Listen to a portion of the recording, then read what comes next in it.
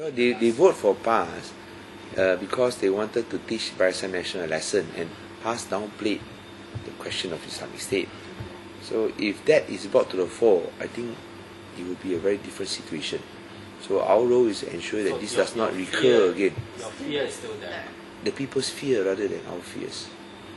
And we have to articulate their concerns. And I think that, for instance, the Perak Menteri Besar has done very well in terms of taking a moderate approach. But we want to see that reflected at the national leadership. Unfortunately, I think there are one or two statements made by top PAS leaders that were not really in accordance to the spirit and to what was agreed upon, that Pakatan Rakyat is not about Islamic State now or in the future. No, it must be formalized so that there must be no dissonant or discordant voices. We would not want a situation where after this is formalized, you still have some leaders repeating ad infinitum or ad nauseum the same issues, that Pakatan Rakyat is about Islamic State, which is not.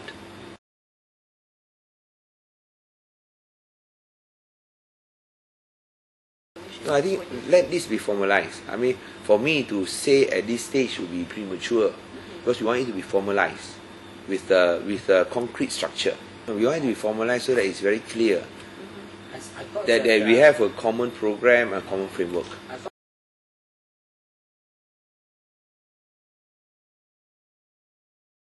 We are shocked at the extent of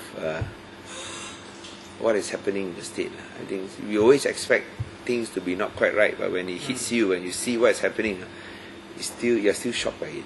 And that capacity, to shock you is what I think that is unexpected, because you probably feel that you're immune to it, but yet it shocks you. I mean, for instance, what I mentioned earlier, there's one case, one land acquisition case, one land scam that's resulted in the government facing potential losses, court losses. I mean, it's actually in court, but potential losses of 40 million. And we don't know what other land scams are there which has not been unearthed. We have not publicized it. We are saying that because this is in court, we just let the court decide first.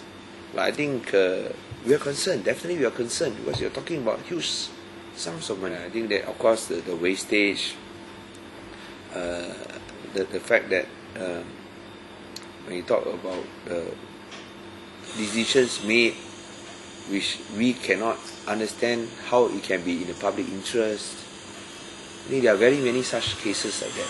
But I say I do not want to divulge, because there is an investigation going on, and it will take some time because of the legal complexities. But what we want is send a message. We want to send a message to all Penangites that this Penang State government is different. We will not stand for corruption. We will not stand for abuses of power. We will not stand for malpractices. If anybody tries to ask for a bribe, report to us and we will take immediate action, because we do not take bribes. We are intent on carrying out on having a clean and transparent government. And to have a transparent government, it means you must be clean. Anybody who tries to bribe their way or to ask for these kickbacks, let us know, because we are not going to give approvals based on kickbacks.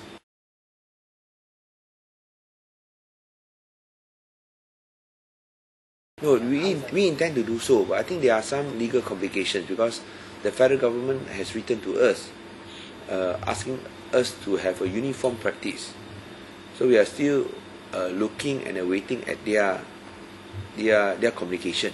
So the thing is that we do not want to take any action which appears that we are trying to do one come-uppance on the federal government, because